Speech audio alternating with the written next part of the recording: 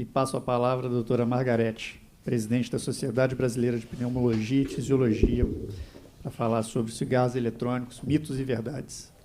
Muito obrigada, deputado, pelo convite. É uma honra estar aqui com minha companheira de reflexão social há muito tempo, a deputada Marta Rocha, meus amigos muito queridos e colegas aqui ao meu lado. E eu queria fazer alguns comentários históricos, deputado, de início, sobre o racional e o que gera nós estarmos aqui discutindo isso, né? Eu acho que a primeira reflexão que temos que fazer é de natureza filosófica, mas filosófica no sentido prático. O que é que levou a indústria tabageira a conceber algo tão nocivo e tão bem feito e destinado a um público, enfim, especificamente etário de jovens no mundo inteiro? Esse fenômeno não é só um fenômeno brasileiro. Hoje há 81 países que regulam, mais ou menos, a questão do cigarro eletrônico. Ora, nós sabemos que existe no mundo 1 bilhão e 300 milhões de pessoas que fumam tabaco de alguma maneira. Mas o Brasil é um país exemplar, senhores, para aqueles que não sabem. Eu tive a oportunidade e a honra, deputado, de muito jovem, recém-formada, né, me permitam não declinar há quantos anos, né, ser a primeira secretária da Comissão Antitabágica do Ministério da Saúde, onde haviam grandes luminares da ciência brasileira e um representante da indústria tabageira, da Abifumo, que era o doutor Nestor Jost, com quem nós tivemos muitas discussões, inclusive sobre a destinação do terreno que planta tabaco. O terreno que planta tabaco não nasce nada mais. Não pode plantar rúcula nem tomate, porque não vai nascer. Ele está absolutamente degradado. Então, é um terreno que só nasce tabaco. E nós sabemos que temos 157 mil mortes diretamente ligadas. Porém, então, o que fez isso ser engendrado? Foram, sem dúvida nenhuma, as políticas de redução de tabaco e regulação do uso tabágico no mundo inteiro. Nesse sentido, o Brasil é um país muito vitorioso. Nós reduzimos de 40%, 39, alguma coisa, de fumantes na população brasileira, deputado Tandi, para menos de 10%. Temos hoje 9,5% de cigarros convencionais.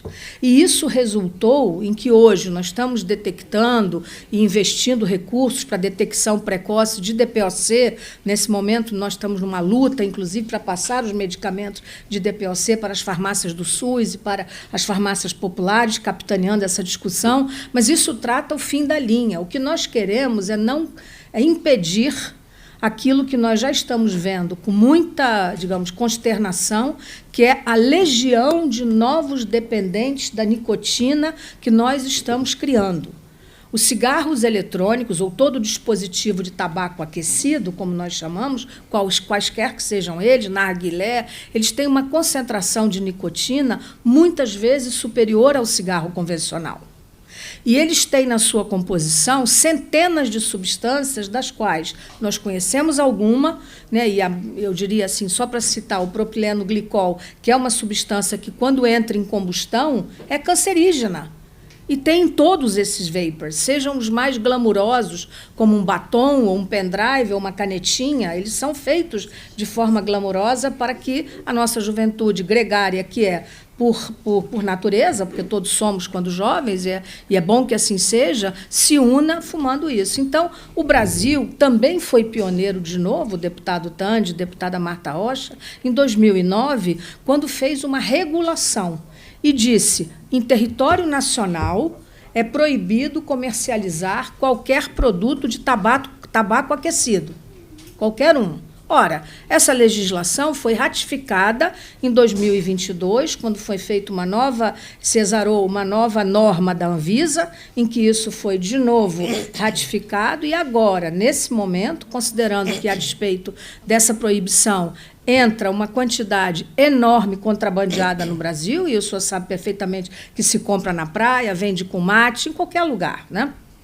Enfim, só não se vende nos lugares formais. Mas hoje você vai almoçar num restaurante na Zona Sul e passa uma menina vendendo cigarros eletrônicos e lhe oferecendo nas mesinhas, na calçada. Todos nós vemos isso. Então, os danos, a Firjan fez um levantamento que será certamente aqui comentado, a impecável, do qual nós, como Sociedade de Pneumologia, não participamos desse levantamento, mas apoiamos e chancelamos e publicamos e demos toda a dimensão necessária, é impecável, mostrando que há 13 mil pacientes portadores de DPOC no Brasil, 13 milhões de portadores de DPOC de algum grau no Brasil. Ora, deputado, nós estamos somando a esse número enorme de pessoas que tem um custo para a saúde.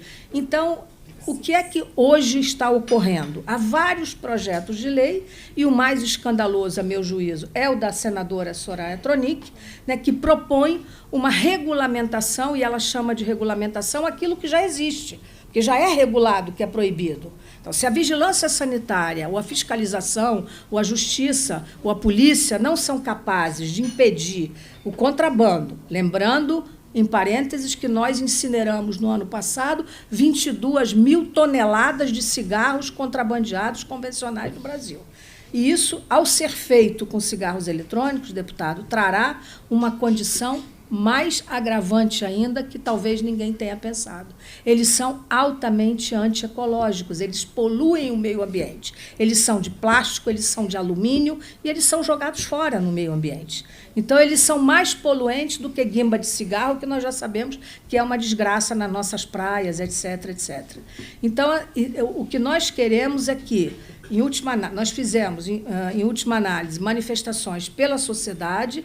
Eu sou membro titular da Academia Nacional de Medicina, nós propusemos a academia encaminhou, inclusive, aos órgãos responsáveis 2 documentos manifestando a posição da Academia Nacional de Medicina a favor da manutenção da regulação e instando os órgãos responsáveis a maior fiscalização. Nós hoje já estamos, qualquer um de nós aqui presente nessa mesa, já estamos atendendo adolescentes de 16 anos, de classe média, os que eu vi pelo menos, de classe média alta, que fumam nos banheiros dos colégios, porque é proibido na sala de aula, mas ninguém tem fiscalização, e com manifestações pulmonares, como se eu estivesse olhando uma tomografia de uma pessoa de 90 anos fumante. Então, em última análise, nós estamos criando uma legião de novos dependentes de nicotina e uma legião de pacientes que vão ter enfisema pulmonar e outros danos, não aos 70 anos, como nós estamos acostumados a tratar, mas aos 30 anos, porque eles começam a fumar ainda como crianças. E há muitos pais que também são jovens, são pais de 40 anos, e que também acham engraçado, tem filmes mostrando isso. Então, hoje, há, nos Estados Unidos, 70 mortes declaradamente pela doença causada pelos vapers, que já tem um nome assumido pela OMS, que se chama EVALI.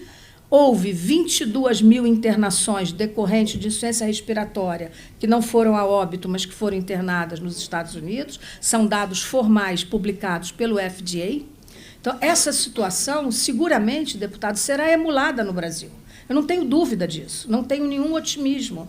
Então, nós, como médicos, como sociedade de especialistas, como sociedade civil brasileira, temos o dever, e o parlamento tem o dever, de pensar que, em última análise, qualquer arrecadação maior de impostos, qualquer regulação ou impedimento, ou, enfim, ou geração de empregos, que a autorização de fumar esses dispositivos se faça no Brasil, qualquer matemática da saúde lhe provará isso, deputado. Ela é seguramente muito menor do que os gastos que serão feitos para manter um paciente portador de DPOC grave, com oxigênio domiciliar, com milhões de consultas médicas, uso de medicações inalatórias e outras medicações, além de tirá-lo do mercado de trabalho precocemente. Então, essas são preocupações que não são só senso estrito de natureza médica, são preocupações de natureza social. O Brasil é um país que envelhece a sua população e é uma razão a mais, não fora por nenhuma outra, que nós temos que proteger a nossa população jovem, porque eles são aqueles que, teoricamente, deverão cuidar de nós no futuro. Então, essa reflexão inicial, deputado, eu faço de maneira muito veemente. Nós vamos participar presencialmente da próxima reunião da Anvisa Anvisa agora, dia 1º de dezembro, que vai haver na Anvisa, que vai definir, ela não é uma reunião definidora, mas ela vai votar se vai ou não se abrir uma nova consulta pública para a liberação disso. O que já é uma... Mas nós estaremos lá para pedir que não seja aberta essa consulta pública em nome de um exercício democrático que, nessa situação, a meu juízo, não cabe mais, é extemporâneo, é inoportuno, e nós estaremos lá para levar essa posição. Então, eu lhe agradeço muito a oportunidade de me manifestar em nome dos 4.000 pneumologistas brasileiros que eu aqui represento. Muito obrigada.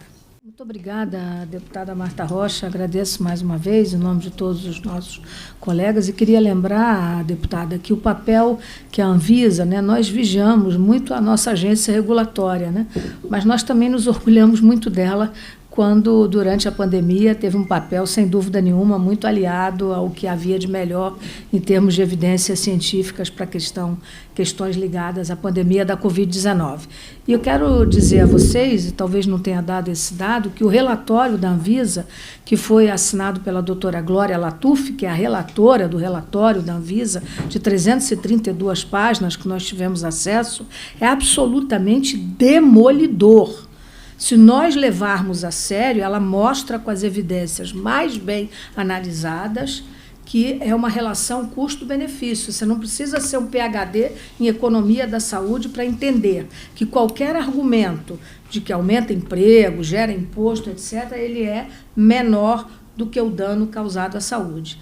E, além disso, como aludiu o Alexandre Milagres, nós ainda temos, deputada, um percentual relativamente pequeno de usuários no Brasil, de cerca de 2 milhões de jovens, etc. Isso, em relação a outros países, é menor. Se nós liberarmos isso, essa legião a qual eu me refiro de novos dependentes e doentes, muitas décadas antes daquela idade em que se faz as doenças pulmonares obstrutivas crônicas, nós estaremos, sem dúvida nenhuma, dando aval a uma mortalidade daqui a algum tempo muito maior nessas crianças e jovens. Lembrando que, nesse momento em que nós aqui estamos nessa sala, tem uma criança de 12 anos em coma no Reino Unido, internada já há várias semanas, tem filmes na internet no Brasil de criança de 5 anos fumando um cigarro eletrônico e a mãe achando graça, provavelmente de maneira inocente. Então, nós precisamos, sem dúvida, entrar nas escolas de maneira bastante propositiva, fazer com que essa fiscalização se faça de maneira absoluta, e nós, do ponto de vista da SBPT, nós vamos manter a nossa posição, entendendo que o papel que a Anvisa fez até o momento é, a nosso juízo, irretocável. Muito obrigada pela atenção.